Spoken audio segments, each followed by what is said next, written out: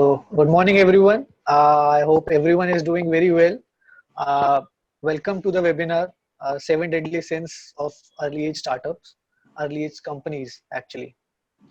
I'll start by introducing Link CXO and then our speaker for the webinar, Mr. Rishi Piparia. So, here at Link CXO, we started with the sole aim to give like minded CXOs a dedicated platform to thrive. Realizing the need of the hour was a reliable space where the most successful leaders of today could connect, collaborate, and celebrate. We worked closely with CXOs, entrepreneurs, experts, influencers, and investors to create the best possible formula for professional networking. And the result? Link CXO, an exclusive invite based AI enabled CXO engagement and recommendation platform. It is an intelligent tool to change the way senior leaders collaborate globally. Now, coming to a speaker for the event, we have Mr. Rishi Piparia with us. Mr. Rishi is a former international banker and senior sales and marketing executive whose current passion is providing mentorship to startup and growth companies. An avid writer, his debut book, I'll Be Damned, was a national bestseller, and his second book, Job Be Damned, a satire on corporate life, has been published by HarperCollins. He was a director of marketing and direct sales at Aviva India, responsible for driving marketing and brand strategy, online and direct sales, product development, digital initiatives, analytics, and training. Prior to that, he was leading bancassurance, where he was responsible for driving sales through bank partners and alliances and built an industry leading franchise. Prior to joining Aviva, Mr. Rishi was a senior vice president at Citi, heading the bank's insurance business and established it as a top 5 bancassurer in the country. Under his aegis, Citi India was also recognized as the best performing insurance franchise and most innovative insurance franchise across Citi Asia Pacific. He also headed the product and marketing groups for all Citi India liabilities products and all customer segments, including Citigold Wealth Management. He has had stints as a strategy head of consumer banking at Citi India as part of the international strategy team at Citigroup New York with Banco Santander Central Hispano in Madrid and as .com entrepreneur. We welcome you, sir, and it's a pleasure having you here with us today. We look forward to learning a lot from you. Let's begin, sir. Over to you. Thank you very much, Manish, for the kind introduction. Thank you, Sanjeev, for inviting me to this. And well, thank you everyone who's joined. I hope it will be an interesting and interactive session. Let me just try sharing. I have a short, presentation. I shall try sharing my screen now.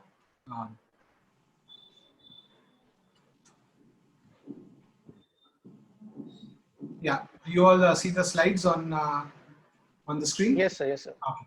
Yeah. Okay, great. So thanks Manish again for the introduction. As Manish mentioned, I've spent about 20 years now in the corporate world. The first 15 were with large organizations globally. So whether it was Citibank or Aviva or Santander, I did a lot of strategy and sales for big organizations. For the last 4 or 5 years, I've been working closely with startups and early stage companies. More is what I call a mentor capitalist now. So it's different from a venture capitalist because I don't give money and watch them. I kind of am actively involved in the companies that I work with. So I give them advice. I spend time with them, and it's a more hands-on role. So I would say in the last 4 or 5 years, I've seen hundreds of business plans, hundreds of companies, hundreds of entrepreneurs, and I have seen a lot of successes, and I've seen a lot of common mistakes that people make. And I wanted to spend the presentation today just talking about the 7 deadly mistakes, 7 deadly sins that companies make. So these 7 deadly sins. Now this comes from the Catholic Church, right? I don't know, hundreds of years ago, the church would have said that these are the 7 vices that you should avoid. These are sloth, lust, envy, gluttony, pride, greed, and anger.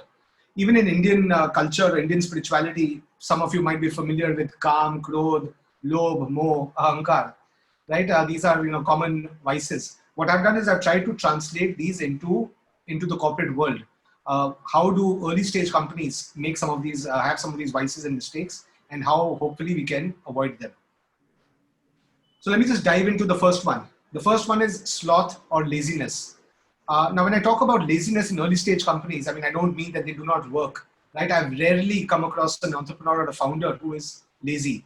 Most companies are very, very hardworking. They have a lot of energy, and you do require that kind of energy to succeed. What I'm calling laziness over here is inward or internal focus, right? Early stage companies have a very, very limited scope of vision, right? I think many founders tend to be inwardly looking. They do not spend enough time in the field, engaging with customers or with suppliers, monitoring trends. Um, I think a lot of companies just think that, look, we will build a fantastic product and customers will come, but it does not work that way. Customers will not just come because you have a product. Customers will come if you are solving a particular need, or you are solving some problem. And you will only be able to solve problems when you understand what the problems are. And you'll only understand what the problems are if you meet customers. One of my favorite bosses of all times was at Citi. When he would do sales reviews, he would look at the presentations, he would understand all the numbers, and then he would call the people and say, "Show me your shoes," right? And he would look at the salespeople's shoes, and he would look at the soles, and then he would catch some people. कि तेरे जूते घिसे क्यों नहीं है? Right? Why aren't your shoes worn out? If you're out there on sales and if you're doing sales calls, right, your shoes should be worn out. And that's just it's a metaphor for why you need to be out there on the field. And I think a lot of companies do not do that. So no matter which business you're in, you need to be out there, whether you're selling furniture, insurance, software, talk to customers, talk to suppliers, talk to competition, and be out there. The next sin is lust. This is what I call over-investing in product and technology. And I see it a lot with digital companies, with technology companies. Again, just to give one example, there was this one company I met a few years ago. It was in a space that I was very, very interested in. It was a marketplace for creative people and for advertising companies, and they were trying to connect advertising companies to creatives. So I met with them. They showed me, they took me through the entire platform over half an hour, and it was fantastic. Very, very cool stuff, lots of nice interface and all, and I was very impressed. They had great investors, early angel stage investors, but they had raised money from bankers and people at Google, and they had a decent sum of money. So I liked the platform. I said, okay, let's get into the financials. And they're pretty much run out of money. They were looking for the next round of funding. We looked at the financials, and 95% of their money had gone into building this platform. And then I said, okay, give me a user ID and login and let me try the platform in more detail. And then I tried the platform, and actually it was very confusing. It looked very nice, but it just did not solve whatever I needed it to do. So essentially what had happened, they had raised money. It was a great team that raised money. They had built a very good platform, but it was not really required, right? When the time came to market the platform, they had run out of money. And the platform itself was not, such a fancy thing was not required. To give you, one more example, just let's take a look at Amazon, right? The world's most successful company. It was a very basic site when it's launched, right? Some of you who might remember this. This is how Amazon looked like in 1995, right? Very, very basic platform. There's really nothing to it, built on whatever the browser Netscape and all was. This is how it looked. Now, if Jeff Bezos did not spend too much time or money at that time trying to build a very fancy site, he launched what he could and started. This is what it looked like a few years down the line in 2001, right? Again, it's not too different from what it is now. Again, not very fancy, but it gets the job done. Look at it in 2012, right? This is what it looked like. Again, not too different. And let's now move 8 years ahead, 2020. Again, I don't see much difference between 2012, 2001 to 2020, right? You have cool books and cool authors now, but that's about, that's the main difference. Now imagine if, Jeff Bezos had waited in 1995, let me put all my money, let me build a great site. And, he would have wasted a lot of time. He would have wasted his money. He would have lost the competitive advantage. Instead, he just did what he had to. He focused on, customer service. He focused on what the customer needs. And today he's the world's richest man. He's got the world's most valuable company. So I think the key message over here is not to focus that much on technology and product as much as you should focus on sales and marketing. Get the customers in, start getting revenues, and do all the cool stuff later. The third sin I would say is envy or blindly copying competition. Right? Sometimes companies do not focus on what their core strength is, and they forget what they are meant to do, and they start copying other companies blindly. So if a competitor launches a new product, they will launch it. If a competitor launches a new feature or a new rewards program, they will launch it. If a competitor diversifies into something, they will launch it. And what happens is that, again, you get so busy copying others that you forget what you are meant to do. And that confuses your customers, that confuses your investors, that confuses your employees. So I would say you need to monitor competition. Obviously, you cannot be inward focused like I mentioned earlier. You need to monitor them. You need to learn from other people's successes and failures. But equally, you need to have your own core competence, and you have to find the right balance between doing what you do and what others are doing. The sin number 4 is gluttony. Right now, when you think of startups and you look at all these movies and all, or you read articles or books about startups, what do you think? Right? You think everyone's busy, everyone's rushing around, everyone's working 20 hours a day. And I think one big mistake that startups make is they try to act like startups.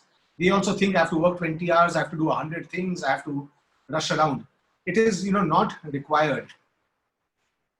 Right? This is what startups are busy doing. They're busy acting like startups, right? So let's run those marketing campaigns. Let's sponsor seminars. Let's get a bigger office space, more desks, more interns. We need more people. We need awards. We need a ping pong table, right? All this is not required.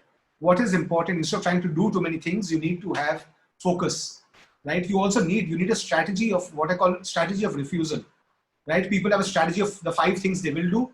I say you should also have a strategy of things that you will not do, right? So no matter how attractive things seem, don't just do everything that comes on a plate, and focus on a few different things. I mean, focus on just on one thing. This is actually a quote, right? One of my favorite quotes, which I give to all the startups that I work with, that is by Swami Vivekanand. It says, take up one idea, make that one idea your life. Think of it, dream of it, live on that idea. Let the brains, muscles, nerves, every part of your body be full of that idea, and just leave every other idea alone. That is the way to success. So like I said, I think focus is extremely critical. The absolute best way to get focus, and I'm calling it a non-negotiable, right? Even if you're not raising funds, even if you're the only person who will read the business plan, make it. It doesn't have to be anything fancy. Just cover the main stuff. Identify who's your customer, what is the problem that you're solving, what is the market potential. Get in to understand the model and the financials. How will your business operate? What are the risks? What are the threats? What are the metrics of a business? Identify what are the key metrics you will track. Revenues, expenses, profits, number of customers, acquisition, whatever the key metrics are, and model out your financials. Equally importantly, have an execution roadmap. What are you going to be executing for the next year, for the next 3 years? What will you do next month, next quarter? What are the measures of success? So write down everything that you hope to accomplish. And finally, have a vision. Where do you want to be 3 to 5 years down the line? Now, unfortunately, what happens, many early stage companies don't make this plan until they are looking to raise funds, or until someone really pushes them for it. I think that's unfortunate. I think just take the effort. It is boring, but go ahead and make a plan, even if it is only for yourself. Because in the long run, you will be much, much better. You will stay much more focused if you have this. Coming to sin number 5, right? This is what I call pride, or a reluctance to accept advice. Now, again, in entrepreneurship, confidence is very important, right? Most entrepreneurs are very, very confident. They know what they want to achieve. But sometimes I think a lot of early stage companies need help getting there. And again, unfortunately, a lot of companies do not take that help. So many startups will not get advisors on board, right? They'll say, we'll figure this out and we'll get advisors only when we raise funds, or when we need investors. Or they might just put in, some photographs on that About Us page to make it look fancy, but they really won't take advice from people. And equally, some startups will have a great advisory board, but they will not use them. One of my favorite companies, right, which I work with, it's a platform for college students. It's one of India's biggest platform for college students. And I think they had a fantastic strategy. So very early on, right, they got an angel investments from a lot of professional people. So they got marketing people, sales people, technology experts from the US, and they gave a small equity stake to each of them. And now over the last 2-3 years, every month regularly, they send out a mail giving the performance of the company, what they're working on, and what challenges they're facing. And they go name by name and they ask people, they ask their investors that, look, can you help us with this? Can you connect us to so-and-so? Can you help us with this technology? And over the last 2 years, they've taken so much advice and they have grown to, like I said, to India's biggest platform. They've raised venture capital funding, but still regularly, they are using their advisory network very, very well. So I think any advice is good advice. Even criticism is good, right? You can pull out 1 or 2 ideas from there. So, pull in an advisory board, get in people with experience and leverage that. Sin number 6 is greed. I think, and it follows from the last point, right? Where companies have a lot of attachment to equity and control. Now, different people can have different views on this. Right? I believe the strongest currency that an early stage company has is equity, right? You don't have money right now if you're an early stage company or a startup, but what you have is equity and you have a vision. And you need to use that liberally to make your company as strong as possible. That is a simple question, right? What is bigger? What is better? 80% of 100 or 100% of 0? Right? Hopefully all of you think that 80% of 100 is better than having 100% of nothing. And that is what that is what you should aim your company to be. It is better to have a smaller stake in a company which is worth something rather than owning 100% of company which is worth nothing. So your number one priority should be to make your company valuable, to make it worth something. And for that, if you have to have an ESOP plan and get the best employees, please do so. If you need to give sweat equity to advisors, please do so. If you need to get funding, if you need to get angel investors or VCs on board, don't delay it for a larger valuation or don't hold out for it. If people are giving you money, take it. Just make sure that the company becomes successful. You don't have to be rich in your first venture. You need to be successful in your first venture.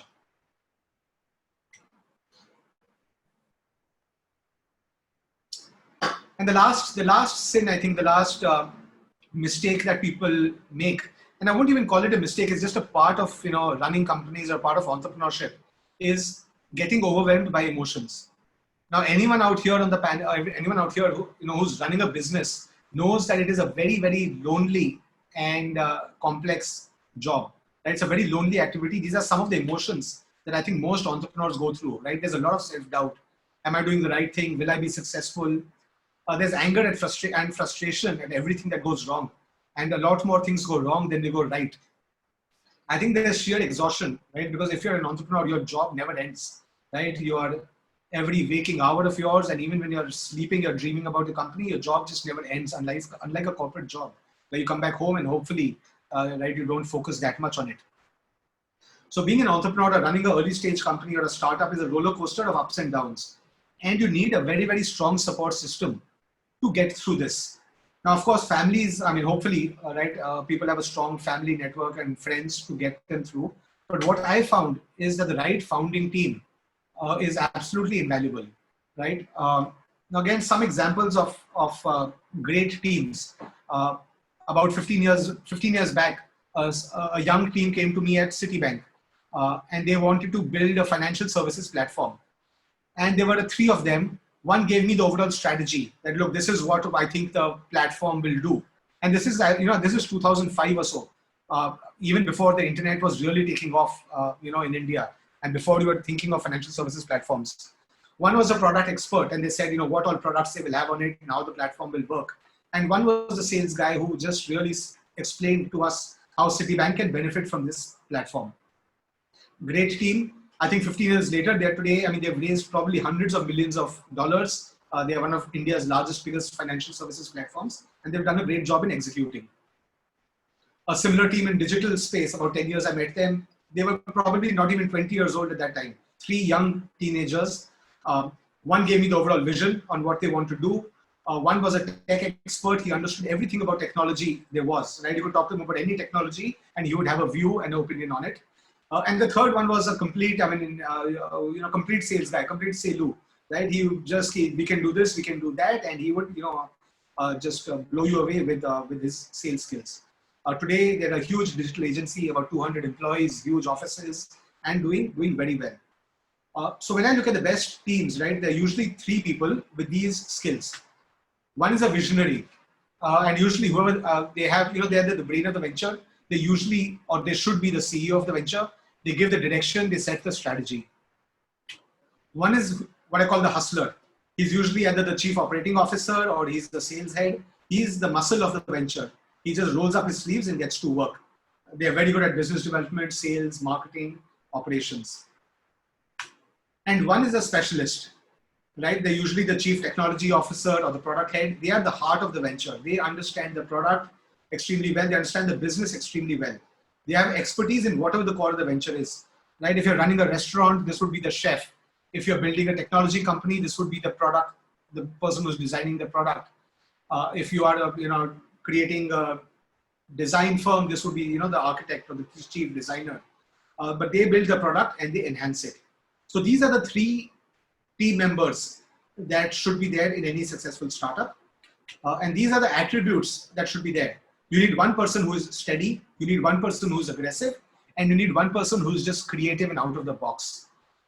If you can put this team together, they will really help balance you out, right? So let's say if you're an aggressive person, don't go and find more people like you who are aggressive. Find people who will balance you out. So if you are aggressive, find someone who's conservative. If you are creative, find someone who's logical. Because there are a lot of ups and downs, like I said, in startups and in entrepreneurship, and you need people who will balance you out with complementary skill sets and a complementary temperament. So essentially, these are the seven mistakes that startups make. And just in summary, how to kind of tackle them.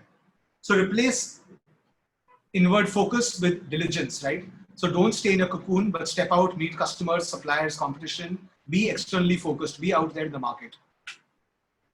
Replace lust with simplicity. So don't give into temptation and just keep things simple.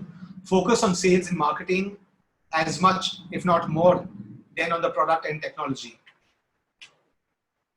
Be confident about what you're doing, right? Replace envy with self-confidence. Be confident about what you're doing. Don't blindly copy others. There's never an end to that game. Don't take up too many ideas. Stay focused. Take up a core idea and execute it very, very well. Don't get distracted. Consciously choose to ignore a lot of the things that you can get distracted by. Number 5, be humble. Get advisors, investors on board as early as possible. Leverage them. Take ideas from as many places as you can. I'm not saying, execute every idea. Learn from the mistakes of others. In the end, do what you think is best, but listen to a lot of people and get a lot of opinions before you jump into decisions. Number 6, as I mentioned many times, aim to be successful, not rich, right? You have a long career ahead of you. You will start a lot of companies. You will hopefully make a lot of money, but your first venture is not a venture to do that. Your key priority in your first venture is just to make it successful, to show the world, to show investors, to show the employees that, look, I can take an idea and I can execute it well. For that, if you can get people to buy into it, if you have to give equity, if you just have to put a team together, please do so, but be successful. And lastly, manage the emotions. It's a very, very tough journey. It is difficult. Find people who balance you, who are not like you, right? I mentioned the good founding team.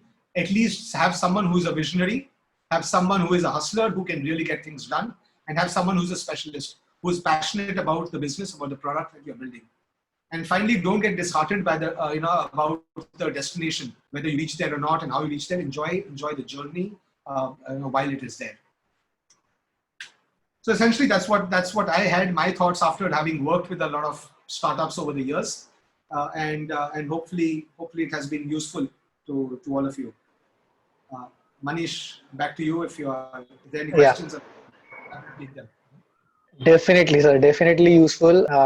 So now we go to a Q&A session, and I would ask the audience that if any of you have any question, please go ahead and ask. So Rishi, Rohit here. Hi. I have just started a startup in Singapore, B2B clean tech, after 26 years in corporate life, together with the National University of Singapore. Now, my co-founders were born when we graduated in 1995. So how does one handle the generation gap, and under which sin does this generational or cultural gap come in of the age difference?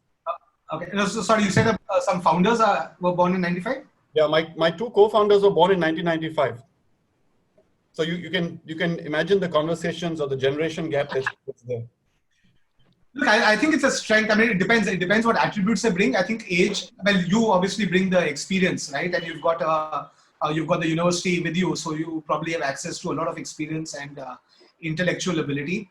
I think youth brings in a lot of strengths, right? They bring in energy, they bring in confidence, they bring in a lot of ideas, they bring in courage.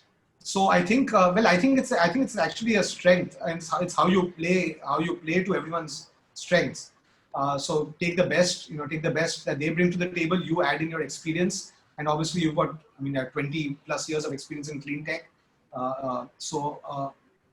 Really, I don't see a issue out there.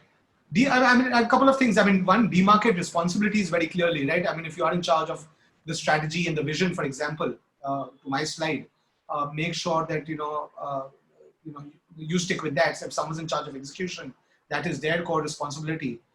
So have a lot of debates, but kind of demarcate responsibilities extremely well. Okay, thanks for the advice. But all the best. It sounds fantastic. Yeah, it should be fun. You'll see it on LinkedIn in a few months. Look forward to it. Yeah. Great. So do we have any other question? Manish, I have it. I'm Dr. Nandish. Okay. Please go ahead, sir. I'm Dr. Nandish. I'm professor at Indus Business Academy. I teach entrepreneurship and also the faculty mentor of our entrepreneurship startup cell. Rishi, one of my question is, if you see the entire spectrum of startups, nearly about 95% of them die before reaching 18th month. Yes. And I think what you mentioned about 7 sins are probably the major hallmarks. But yes. In addition to what you spoke, how do you think the startup should really take this? Because, to be very honest, though I am in entrepreneurship space for 18 years, the kind of capsule which you brought in just about 20 minutes is amazing. But how to reach this across so that that death rate is brought down? I know it is a very broadband question. Yeah. No, so we depend on people like you, sir. Who's you mentioned you're teaching entrepreneurship, right? Correct. Yeah. No, so we all have to just be out there, right? Whoever has the experience, we have to be out there. So I'm associated with some incubators and universities over here in Mumbai. There are people like you around the country. There are people like Rohit, our previous question, right? Who's worked in corporate world and is now associated with universities in Singapore. So actually, I think there are enough people to give advice. The challenge is that the companies don't listen to the advice. One of the sins that I mentioned. If 95% of the startups, right, if they just put the foundation in place early on, that number might have been down to 80% or 70%.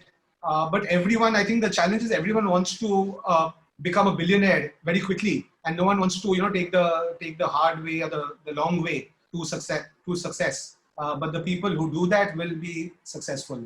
But how to get there is, I think, we just have to reach more. We just have to reach more companies. I think platforms like LinkCXO are doing a great job getting people of a similar mindset on the same platform, and then it is our responsibility to just share our experience. Yeah, thank you very much. Thank you. Great, sir. Great. Anyone else? Any questions? Maybe you could close the slide so that that. Okay. Yeah. Okay, great. Do we have any other question? Okay, so I have a few actually, sir. I'll start by this. So what was your motivation to start your company? So Manish, I had spent almost 15, 17 years in the corporate world, and I had pretty much achieved whatever I wanted to, working with large organizations. And then my intent was to just give back. Was to mentor startups and students and young entrepreneurs and share some of the experiences that I had picked up. So there are two ways I do this, right? One is through mentoring startups the way I do, and second is by writing books. So I've got 2 books out. One is on the corporate world, one is on air travel, and I kind of tend to write satire. So I mean, I give my ideas, but I try to put it in a humorous format. So that's what I do. I mean, I write books on my experiences, and I try to mentor startups. So what inspired me was I just got tired of the corporate world. It was fun. It was very rewarding, but I thought there's more to it. There's more to life than just waking up, putting on a suit and tie, and coming back late in the evening tired. So, Okay. So coming to the sins, I'll take up a sin, greed, and talking of mistakes or sins, as you would call them. Do you think going after valuation instead of profits is one of a big mistake that most early stage companies are doing? yeah, definitely. I think that's one of the biggest mistakes, right? As I was discussing with Dr. Hirimat as well, that companies just want to get, founders just want to get rich very, very quickly, right? And everyone has this huge vision that I want to be Amazon or a Flipkart or, a huge billion-dollar unicorn. And so they chase valuation rather than profits. And profits is actually customers, right? It's if you get customer profits. But people then, and that's why they don't get advisors on board quickly. They don't get investors on board quickly. They said, oh, we'll wait for a better valuation. And they lose valuable time and they lose experience. And they make a lot of mistakes which could be avoided. I mean, I see so many companies making the same mistakes over and over again, and they can be avoided if you just get the right people on board. But they just don't do that. So it is, I think it is one of the deadliest sins that you can make. Right. And carrying up with the investor part, you are also an active investor. So which are the few areas or sectors you as an investor think are attractive right now? See, in India, I think that in India that there are a couple of businesses which will never go, which will never, do badly. One is health and healthcare, and especially this pandemic time, right? We've seen. But even if even if the pandemic wasn't there, I think Indians always, or people in general, will always invest or they'll spend on health. They will always, in India particularly, they'll always spend on education, right? It is a key. No matter what happens, right? You will let go of a lot of other needs, but you will spend on education. And thirdly is food, right? It's a basic need. So food and agriculture, right? So unless the day comes when you can download a pizza or you can download a meal off the net, right? You will still need farmers, you will still need agriculture. So I think if you can invest in any of these three companies, which has a good team and a good product out there, I think in the long run, you will do well. Healthcare, education, and agriculture. Right. So you mentioned, so about your book, actually, I started reading it, and it's quite something. And so can you please tell a bit something about your book, Job Be Damned? Yeah, so Job Be Damned was actually just a culmination or all my reflections on, 20 years of working in the corporate world, and I'd worked with multinational companies, all across the world. So it is just a fun look at corporate life.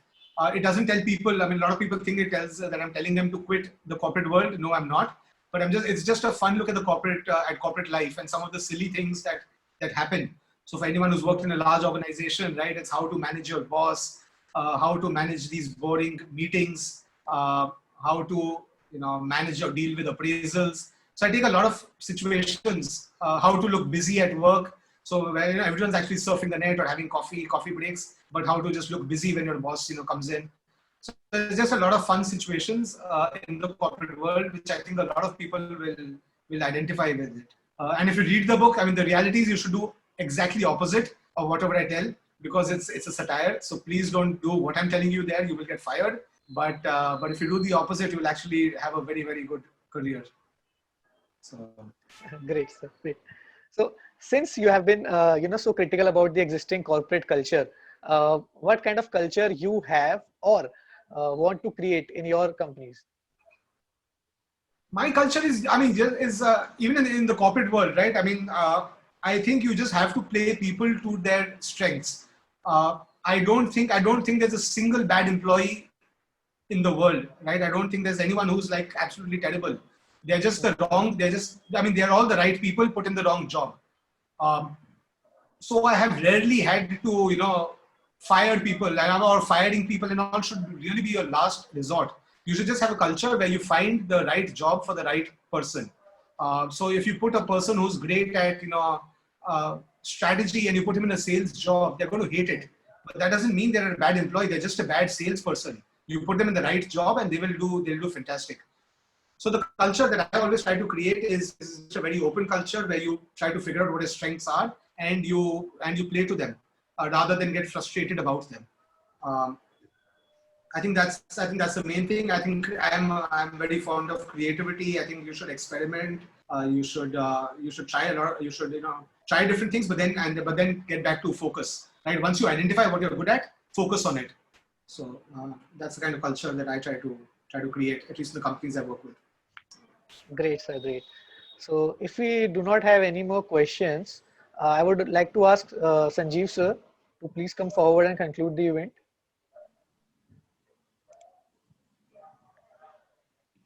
Yeah, hi. Hi, Sanjeev. Rishi, thank you so much for taking out time and sharing your views with us regarding startups and things that startups should not be doing.